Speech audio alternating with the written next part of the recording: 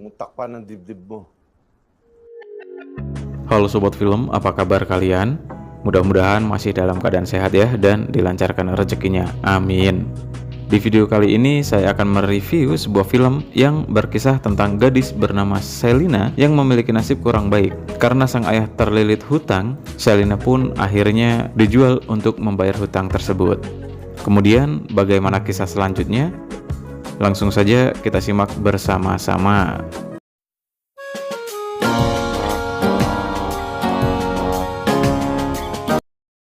Berlatar belakang pada tahun 1942, di wilayah Luzon, pulau paling utara di Filipina, terdapat seorang wanita yang bernama Selina.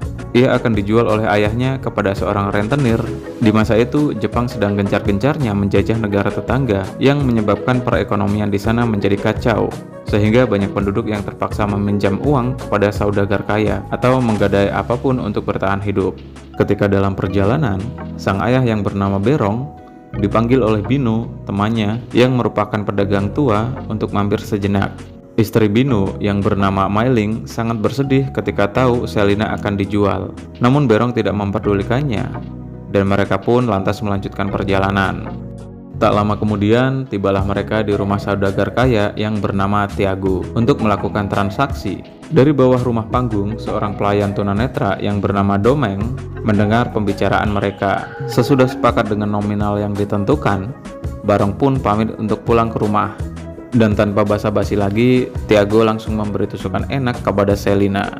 Malam harinya, Barong bergosip di warung Bino, disertai minum-minum bersama.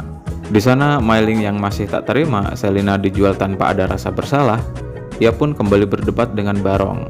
Mendengar hal itu, Bino lantas memarahi Mailing dan menyuruhnya agar tidak ikut campur dalam permasalahan orang lain. Sedangkan di tempat lain, terlihat Selina berusaha kabur dari kediaman Tiago. Namun setibanya di rumah, Berong justru mengusirnya dan mengatakan jika Tiago kini adalah ayah barunya. Merasa tidak ada tempat untuk bernaung, mau tak mau Selina pun kembali ke rumah Tiago dengan perasaan yang sangat bersedih pastinya.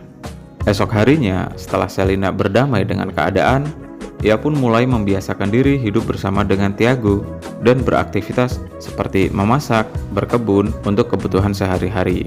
Di sana, Domeng pun bercerita awal mula ia bisa bekerja di tempat Tiago.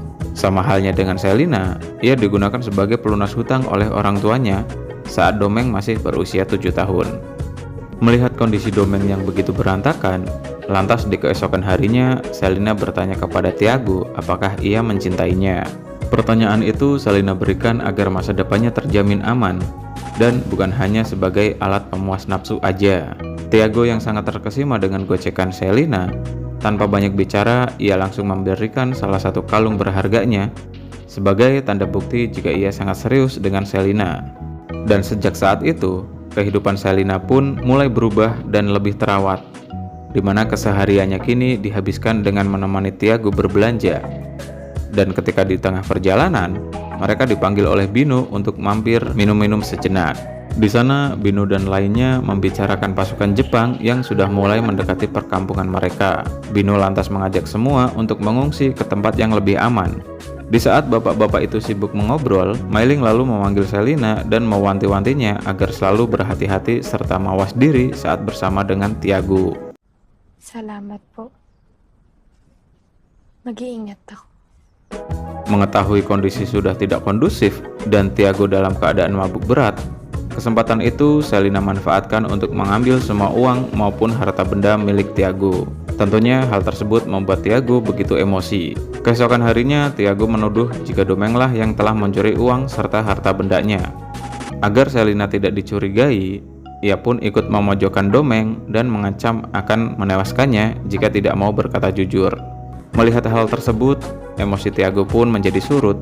Ia pun menyuruh Selina agar tidak berbuat nekat seperti itu dan mengikhlaskan uang serta perhiasannya yang telah hilang. Malam harinya, ketika Domeng sedang meratapi nasib, tak diduga seorang tentara Jepang mendekatinya dan hendak menewaskannya. Beruntung, Selina datang tepat waktu dan menewaskan tentara Jepang terlebih dahulu.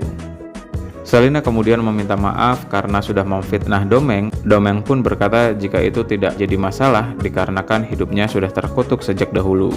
Domeng lanjut berkata jika ia meninggal dan dilahirkan kembali, ia berharap tidak akan pernah mengalami penderitaan seperti saat ini. Mendengar hal tersebut, Selina begitu bersedih dan untuk menghibur Domeng yang sedang galau, ia pun lantas membuka baju dan membiarkan Domeng memberi tusukan enak kepada Selina. Esok paginya ketika sarapan, Tiago ingin mengajak Selina kembali ke tempatnya si Bino untuk minum-minum.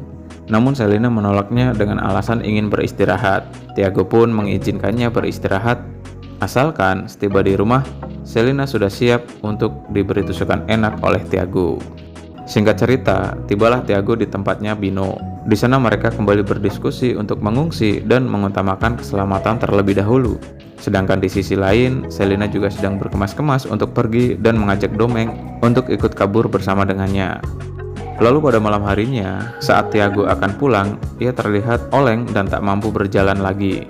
Berong kemudian membantunya dan menemani Tiago dalam perjalanan pulangnya.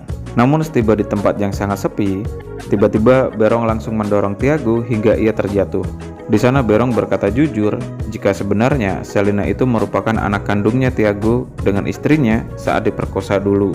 Dikarenakan pada dasarnya Berong sendiri sejak masih muda didiagnosa tidak bisa memiliki keturunan. Sesudah meluapkan emosi dan mendorong Tiago, Berong pun lalu pergi meninggalkannya begitu saja. Dalam kondisi berantakan, Tiago yang merasa bersalah langsung bergegas pulang ke rumahnya. Namun setibanya di sana, ia dikagetkan dengan Barong yang sedang memberi tusukan enak kepada Selina.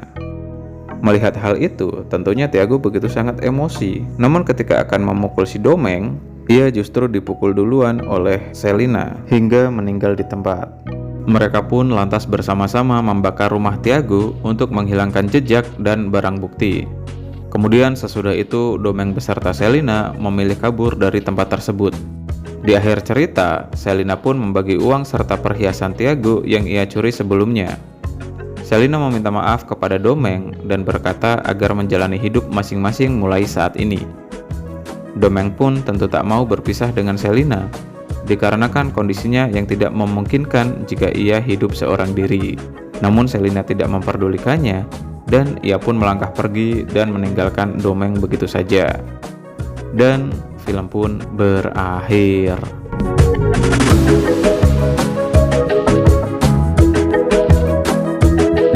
Oke sobat film, sampai di sini aja video kali ini.